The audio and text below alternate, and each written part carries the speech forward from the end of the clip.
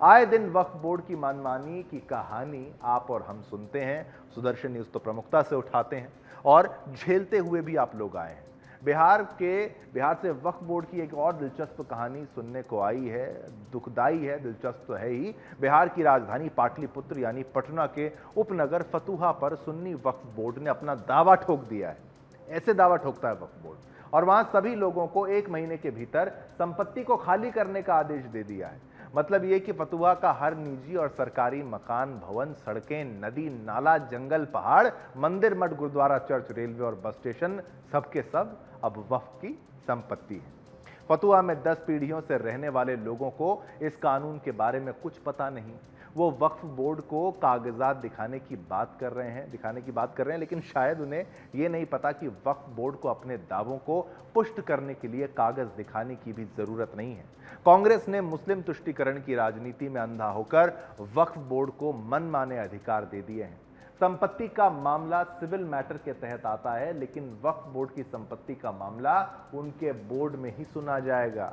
कोई high court नहीं, कोई जो नॉर्मल कोर्ट नहीं, कोई सुप्रीम कोर्ट नहीं, केवल वक्फ के अंदर ही ये आपकी सुनवाई होगी।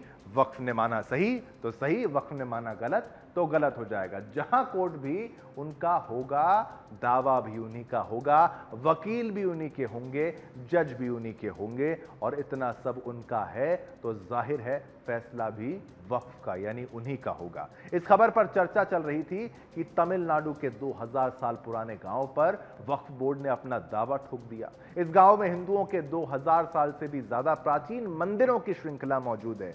सनातन तो तमाम मजहबों से, रिलीजन जिनको कहते हैं, धर्म तो नहीं कहूंगा, सभी से पुरातन है, पुराना है, विशाल है। सनातन की ये इतिहास की अगर बात की जाए, वक्फ उस मंदिर पर भी कह रहा है कि भाई ये वक्फ की जमीन है। उन सभी पर वक्फ बोर्ड ने अपना दावा ठोक दिया और सरकारें कुछ भी नहीं कर पाई, क्योंकि कानून ही ऐसा बना दिया गया, एक तरफा कानून है। वक्फ एक्ट की इन्हीं विवादित प्रावधानों को संशोधित करने के लिए संसद में वक्फ बोर्ड संशोधित बिल 2024 पेश करने के बाद जेपीसी के पास भेज दिया गया है। हम तो कहते हैं हटाइए वक्फ बोर्ड को, क्या आवश्यकता है। ऐसे में सवाल ये कि क्या अब वक्फ पर बैन लगेगा कि नहीं लगेगा।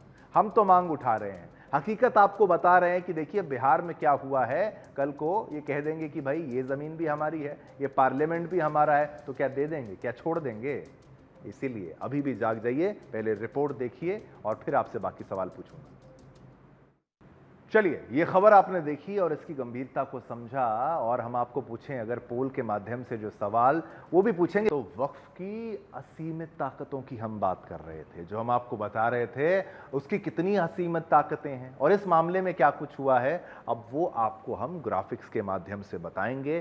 कुछ ही पलों में आपके टीवी स्क्रीन पर वो बड़े ग्राफिक्स भी आ जाएंगे। अब आप आइए देखिए, आपको ग्राफिक्स के माध्यम से अब हम बताएंगे। ये लीजिए, सुन्नी वक्फ बोर्ड नोटिस, कहां से कैसे सुन्नी वक्फ बोर्ड नोटिस, फतुहा में पुलिस स्टेशन से लेकर सभी सरकारी संस्थान अब वक्फ के हैं। ये बोल दिया, फतुहा के खेतों और औद्योगिक केंद्रों पर अब वक्फ का अधिकार है, वक्फ का राज चल रहा है यहां पर। देखिए, वक्फ तमिलनाडु के तिरुचिंदुरई गांव पर अपना मालिकाना हक जता चुका है। यह है वक्फ बोर्ड। कावेरी किनारे स्थित 1500 साल पुराने सुंदेश्वर मंदिर को वक्फ बोर्ड अपना बता चुका है। मंदिर भी वक्फ का है क्या। कर्नाटक में वक्फ ने 2,35,00,000 करोड़ की जो जमीन की लूट की है, 2.35 लाख करोड़ की जमीन की। पश्चिम बंगाल में वक्फ बोर्ड की करीब 4% संपत्ति। ये देखिए, लखनऊ के बालगंज में 100 करोड़ की जमीन पर वक्फ का कब्जा। ये जमीन हड़पने का षड्यंत्र नहीं तो और क्या है। वक्फ से जुड़े जो विवाद हैं वो देखिए, लखनऊ की बात आपको हमने बताई, और ये है वक्फ की असलियत, ये है वक्फ की सच्चाई। क्या हो रहा है आप सोचिए। चलिए